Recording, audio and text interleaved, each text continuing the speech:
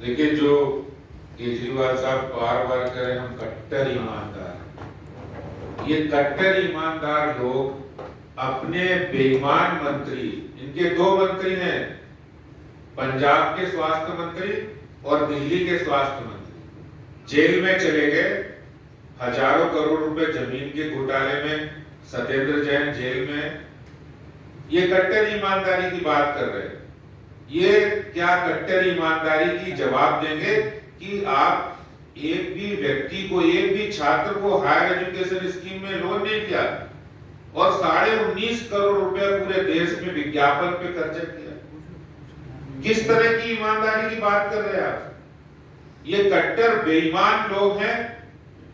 जिस तरह इन्होंने शराब माफिया को फायदा पहुंचाया है, जिस तरह इन्होंने जल बोर्ड में घोटाला किया है, जिस तरह इन्होंने डीटीसी की बस खरीद में घोटाला किया, एक बेईमानी की पराकाष्ठा, इन्होंने लिमिट क्रॉस कर दी है बेईमानी की। ये सिर्फ बेईमानी का, ईमानदारी का चोला ओढ़ने वाले ये लोग हैं। और केजरीवाल जवाब देंगे अगर उनके पास जवाब है कि जो कह रहे थे कि शराब की नई नीति से हमें हजारों करोड़ रुपए कमाए, एक दिन में ही पलटी मार दी। एक दिन पहले प्रेस कॉन्फ्रेंस करके, जिस दिन सीबीआई जांच नहीं हुई थी, बोले 3000 करोड़ रुपए का फायदा हो रहा था और वो अचानक से नुकसान में बदल गया। और इनकी ईमानदारी सबके सामने आ गई है। ये पूरी तरह से एक्सपोज हो गए हैं, इनकी बेईमानी सबके सामने आ गई है। पल्लवी सर, मेरा सवाल है, संजय सिंह ने अभी प्रेस कॉन्फ्रेंस में कहा कि आम आदमी पार्टी की ईमानदारी वाली जो छवि है उसको बीजेपी धूमिल करना चाहती है। और साथ ही उन्होंने कहा कि वो बीजेपी के खुद के राष्ट्रीय अध्यक्ष कैमरे पर रक्षा सौदा करते नजर आए।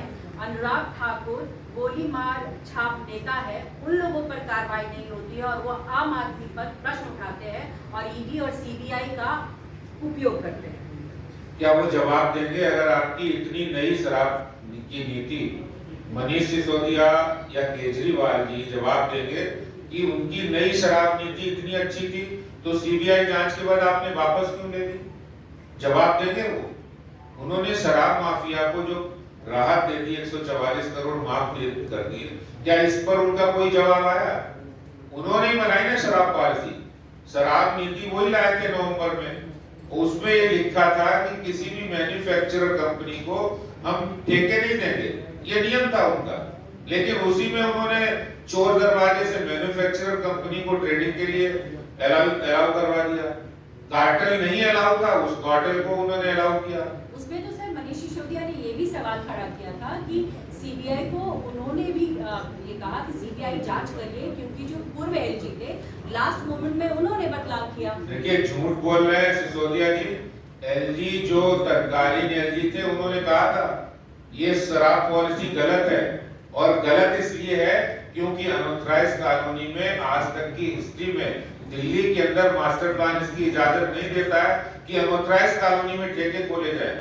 लेकिन दिल्ली सरकार इस बात पर अड़ी हुई थी कि हमें नई शराब नीति लानी है। क्यों? क्योंकि वो शराब माफिया से पहले ही मिलकर ये सारा षड्यंत्र भ्रष्टाचार का खेल रच चुके थे। Last question. मनीष सिसोदिया ने ही सबसे पहले जानकारी दी। उन्होंने ट्वीट करके कहा जो अच्छा काम करना चाहता है वो हमको ऐसे रोकने का प्रयास किया जाता है। यही कारण है कि भारत नंबर 1 नहीं हो पाया। अरविंद केजरीवाल इस समय प्रेस कॉन्फ्रेंस करके न्यूयॉर्क टाइम्स का एक पेज दिखा रहे हैं जिसमें दिल्ली के शिक्षा मॉडल की बात हुई। शायद उन्हें ये नहीं पता कि मैं नई शराब पॉलिसी के बारे में बता रहा हूँ। इन्होंने एक पॉलिसी में रखा कि हम नई, जो लोग शराब नहीं पीते उनको शराब पीना सिखाएं। ये इनका मॉडल है, शराब पीने की ट्रेनिंग देना, 21 वर्ष से 18 वर्ष करना, ये इनका मॉडल है। तो क्या उस पर वो चर्चा करेंगे? बहुत बहुत धन्यवाद। बहुत धन्यवाद।